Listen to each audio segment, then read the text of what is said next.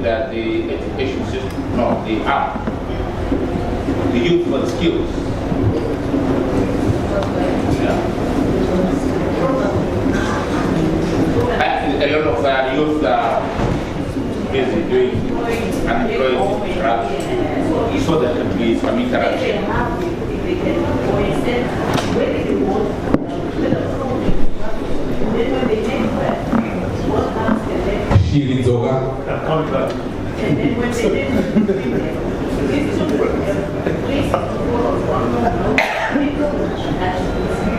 I can do this. My skills are which I can do not concentrate, but I need help to cheat. Then they can network and achieve that's it. I think it's a brilliant idea so that we can harness some elements of inclusivity of all these youth who are without capacity to develop. So,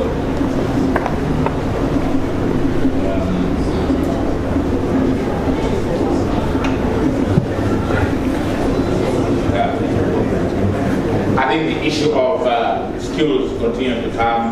We are determined to mobilize all the Zimbabwean skills which are here, even other foreign skills which are going to be used to develop the country of Zimbabwe. Thank you. Dr. Shira, please.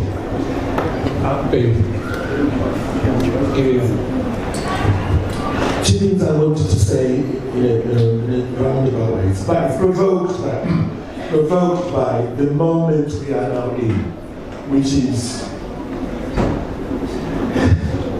I start again. I have a favorite t-shirt, and it's got 263/44. Yeah? 263 is the code to ring Zimbabwe, 44 is the code to ring Britain. Okay? And there's something about, if you think about that, the moment we're now in is this country is looking for this thing called global Britain. And it's running away, there's no way to go other than to the Commonwealth. And it doesn't need Zimbabwe on its back, it needs us in the living room. So we need to wise up and play the game differently.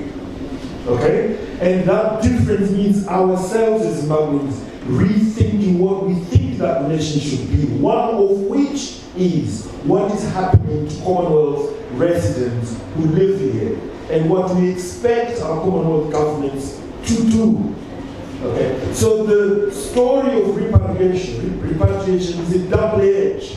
You can either on one hand feed into the kind of immigration nightmare, or you make the Commonwealth responsible for repatriating people to their countries of origin if they want to.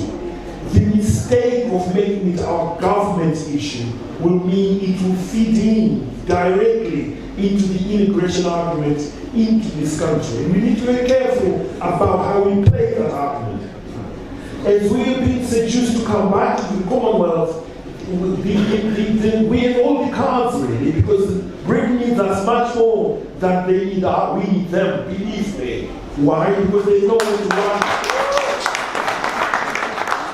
It doesn't mean we lie down and leave things as they were. This is a moment for us to tidy up, clean our house, let's get our head together. This may be a one-in-a-lifetime opportunity for us to do just that. So we need to be very careful about how we talk about what we think institutional response. Some of that is to do with what we understand ourselves to be what institutions are. Yeah?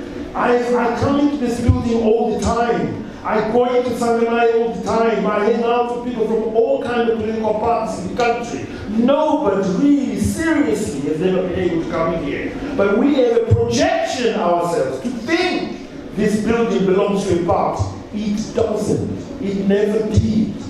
Okay?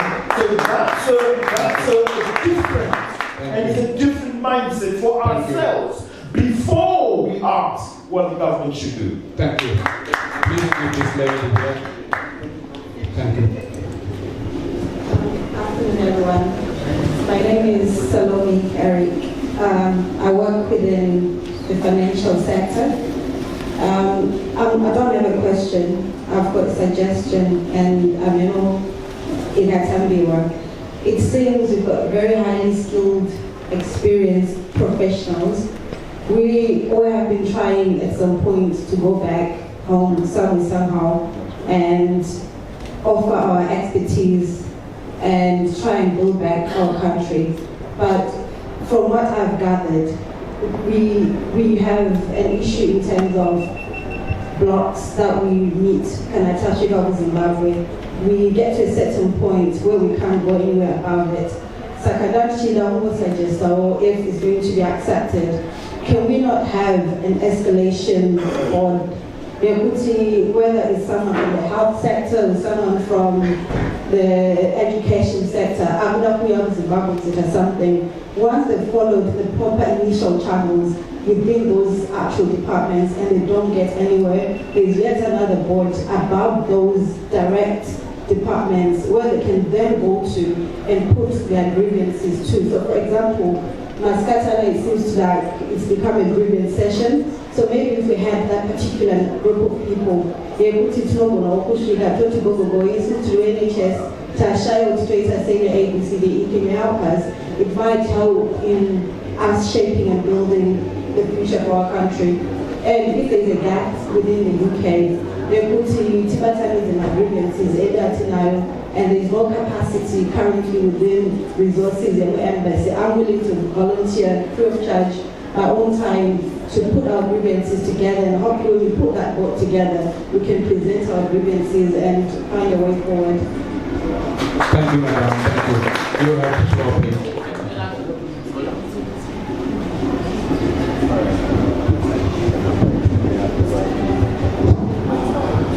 Let me just respond to the, what's your name? Salon. Right. In fact, one of the major solutions, and I realize that there are a lot of grievances, we are very precisely right. One of the major ways of going around all these issues is exactly what she has said. As diasporans out here, I think you need to be organized as a body in the UK. And then be organized to an extent that you should have your own representatives who are going to interact with the ambassador, both from the social, political, labor issues, investments, in all aspects across the board. And I think if it comes through like a document, it is easier to tick boxes as we act upon them. Because we know that this has been presented, this is an issue which has risen, and this is an issue which has risen. I'm just saying this, I thought I should just respond to this because I realize that there are many grievances which pertain to individual characteristic and so forth.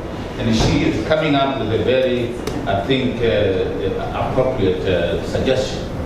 It is the same with the private sector. The reason why I say it is not the business of government to do business, I say it is the private sector. But if private sector itself is not organized enough to be able to do business, and then for you as Zimbabweans to know which investment opportunity you want to get into. These are already, in fact, there is a software here which has got all the investment projects, and for all those who have got, who are alien, who are not born after, before computers, you can get this information so that you can clearly direct your potential investors to the areas of interest to Zimbabwe as well. Areas of interest in terms of investment. Thank you very much, the gentleman who mentioned about, who spoke about the political integration. I will not comment, I will comment later, but I will not comment now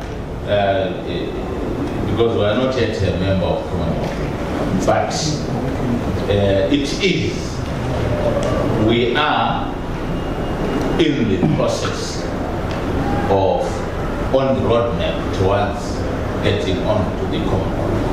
And we think that these are the issues which we've been discussing. And I think so far, we are not trying to be, to remain in the peripheral of the Commonwealth, like in the kitchen. In fact, we want to be the lounge where you are talking of the Commonwealth. After all, we have been key players of the Commonwealth. Where we have got Harare declarations of Chogam and other things and so forth. So we are also stakeholders of the Commonwealth, by the way. And therefore, we are not apologetic about that. And therefore, it's only a question of consultations which we are doing, and then so that we can do the needful before we can join the Commonwealth. Thank you, Minister. Thank you. Should we give it a chance to let you ask your question, please?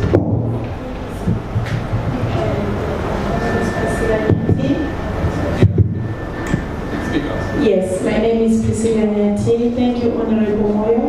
I had the privilege to meet you sometime in Jakarta. Yes. And I want to applaud you, first of all, for setting up the Diaspora Directorate in Zimbabwe. And I think that's a very good, brilliant setup. And the staff there, the director, Mr. Nyakuse, a very wonderful man, gifted to be in that office. And my suggestion is to support what has been said by my sister there. I think it's high time we have a diaspora ministry to accommodate all these problems. And also, it will be a one-stop shop for all these investment opportunities and the skills, everything, so that it's not owned by individuals. Because we've had bad experiences. There's certain people leading things and then you have to worship them and all that. We don't want that. We just want an independent body that will be set within this, our Zimbabwe house, whereby everyone is free to come in, whether Blawayo, Shona, MDC, that Chakuti, everyone is free. And then we will really build our country. Even those who want to go back home, they should be able to come into this ministry and register themselves. I'm Priscilla, I'm packing up my bags. Please help me to get into this route, whatever. I'm so grateful. And then last but not least, I would really want to thank you, Honourable Mkupe. And I want to have a one-to-one with you because oh yes, because I have to be very careful. You know the ideas are very expensive. You have to treasure them. So I'm not gonna say where I am, but I've got my I've got my own business because I'm a businesswoman. For your minister, he will be protected by us when she meets you.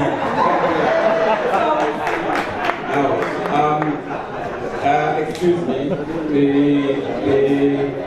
you do not want either of the two ministers to collapse, and therefore I am instructed to go into our final round of questions, and then the minister will lead the high table to obtain our lunch. As they do that, I beg you remain seated, and they will walk back to the high table, and I've just used the little extra power I still have before I leave office to give him only 5 minutes to eat before you stampede on him. Once he has finished eating, then he will come around himself and meet with you. So please, shall we now move into the final? Mr. Mafana, you have a question to ask? Look. This one you were asking, not yet asking. Yeah, it's all right. Thank you. Honourable Minister, my name is David Zihambi. I'm a senior lawyer here in the International Law Firm. So I think... Sorry, reintroduce yourself. There was interruption. Go ahead. My name is David Zihambi.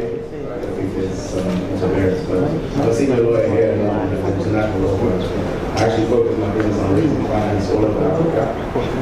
For Nigeria, I think we've raised about 15 billion in the last 5 years. Mozambique, we're now looking at a project that is due to raise about $20 billion. I think for the last decade of my career, the one thing I wanted to do is do work in Zimbabwe. We've actually come over to Zimbabwe several times, met with certain individuals to try and see if we can put into place structures that allow for exactly what Honourable Moyo was talking about earlier, which is bringing in financing in a way that the international community recognizes, so they get comfortable enough to be able to invest real money in the country in terms of billions of investment. I'm actually offering my services again. I was born and bred in Zimbabwe, educated by our education system in Zimbabwe. That's why I'm here today. So I heard the call and I want to give back.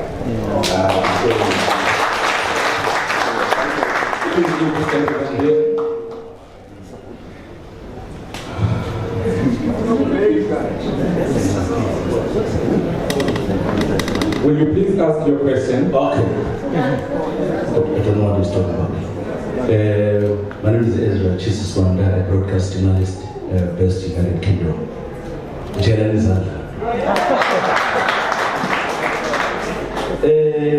First things first, I'd like to thank you, General, so much, and your crew for removing Robert Mugabe. Really appreciate it. We have a feedback. We appreciate Zimbabweans in the diaspora, and they can see the change. Like you said, from 25 now we are at 0. It is a progress. Give them a round of applause for that. What I'm saying to you, Minister, the problems we have is when people, they've got the red passport, most of the people see here, can there be a waiver for red passport with the Zimbabweans in it for the visas when they visit home? And the Zimbabweans in the UK, when they go back home, because they are Zimbabweans but they're carrying British passports, that they waiver the visas for them, maybe make it even slightly cheaper. No. Because they want to take the children to Zimbabwe. That's one thing. Secondly, you gave the people the freedom in Zimbabwe. People are now free to say anything they want, anytime, anyhow. But there is so much abuse going on. I'm suggesting that you criminalize tribalism, like racism. In this country, it is a crime to do racism or say anything. In Zimbabwe, can you put a law or work out a law where you criminalize tribalism? Thank you. The lady behind the pillar, please. That lady with the hand up.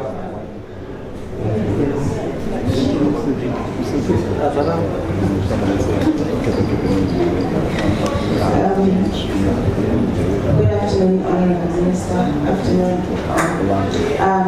Finally, I got the chance to say something.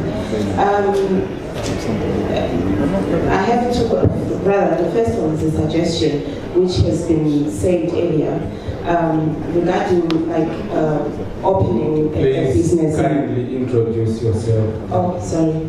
My name is Sharon Odongo. I'm a businesswoman and I've recently invested in a very big project in Zimbabwe. So that's how I come about with the suggestion because of the challenges I face when setting up. It's to do with the registration of the company. It's like here in the UK, there's something they call company house. It will only take you to sit down in a computer, just enter your company name, and if that name is not there, they give you suggestions.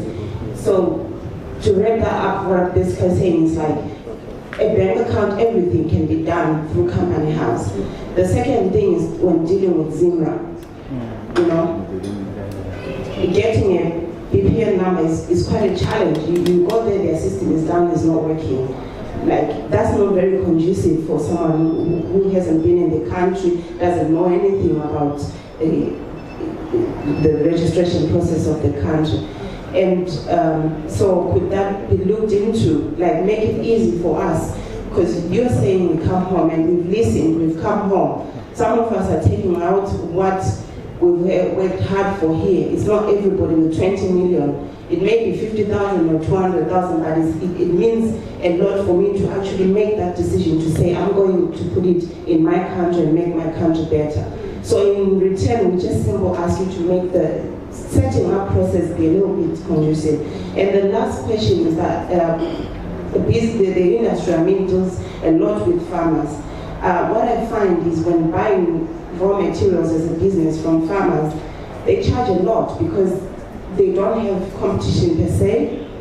yeah, and there's not really laws of anything. They charge any price they want. And farmers are there, but I think because they don't have enough resources, I'm talking about the irrigation systems, so they just wait for the one season, which is usually April. Could the government do something like maybe give some kind of grant to farmers who've got land? Maybe those farmers will put their land into good use. Thank you. So that because of the huge money you just said you put in back home, and the practical problems you are facing, with my colleagues' protection, you will have the first audience with the Minister of Money. In addition to the explanation from my minister, I give the last speaker, please.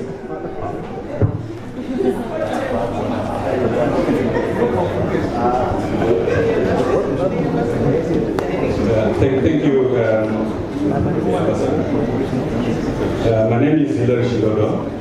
I'm with the Zimbabwe Diaspora Investment Group.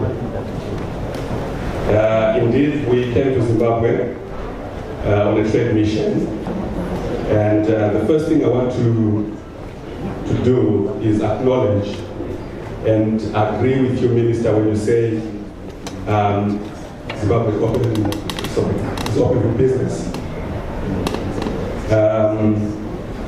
You were the only minister we got to see. We met with permanent secretaries and principal directors.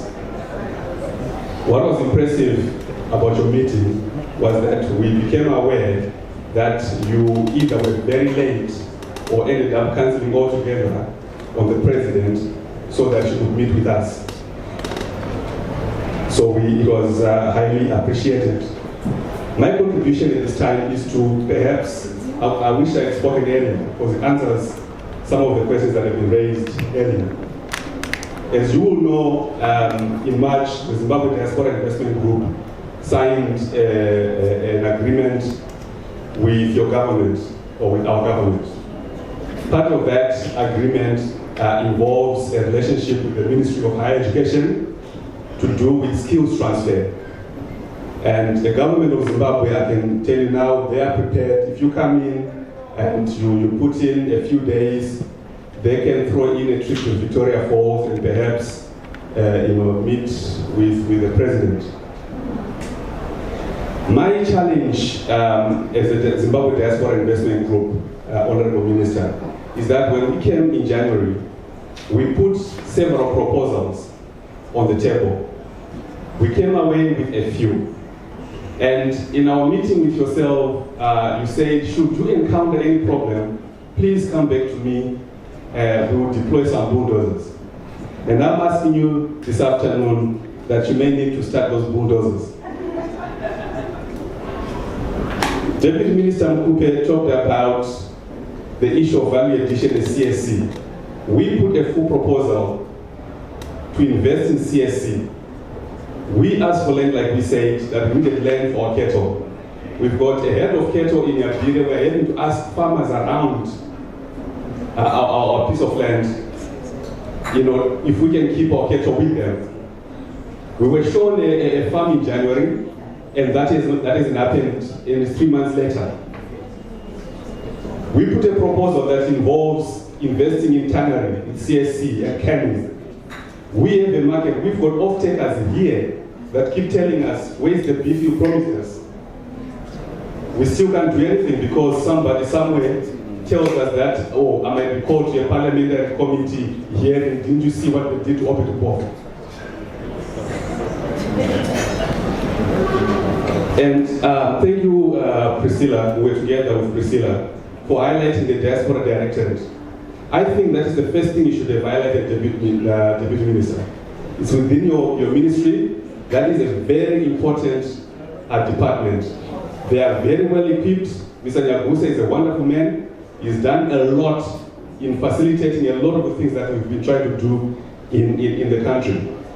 We've put a proposal, again, that comes back to Deputy Minister for a commodity exchange. We seem not to be able to get anywhere. The thing in Zimbabwe is nobody takes ownership. and nobody can ever say no. People simply tell you, okay, we'll sort it out. We need to get into a culture within our government, and not just our government, and everywhere else, where somebody, if they cannot deliver, they should be honest enough to say, no, I'm not the one who is supposed to handle this, I cannot do it. They should be able to say no. You get told that, I'm talking to somebody, don't worry. And 3 months later, nothing has happened. And then you realize that that person has got no capacity whatsoever to do what it is that they were telling you to do. I'll end there, but I'll just mention that we did sponsor this event.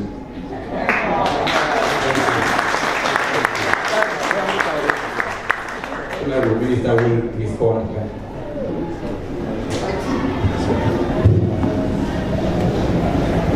Yeah, thank you very much.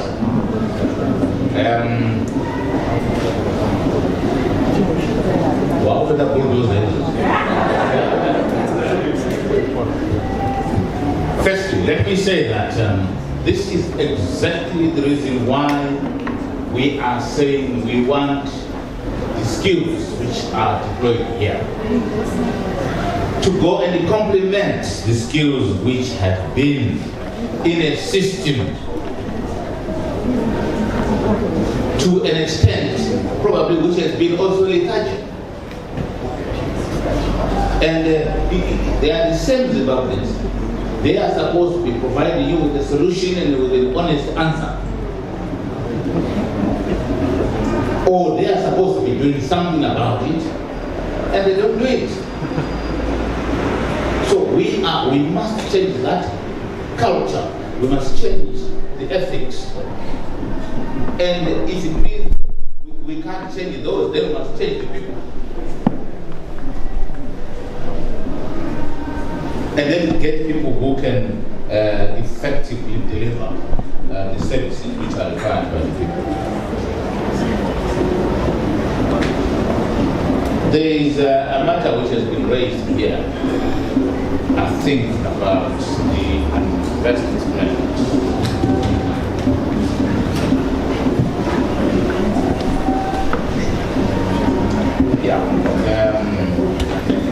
About carbon registration and other things, ZIMBABWE and so forth. Let me say this. When we generated a lot of interest out here, and we realized that there was a lot of interest in terms of investment, we then had to go back from the domestic side so that we could sort out the way we should then receive the investors. And as you are speaking now, you may have obviously picked up through the media that we had a big workshop which had some chief executive officer from the Rwanda Development Board. And the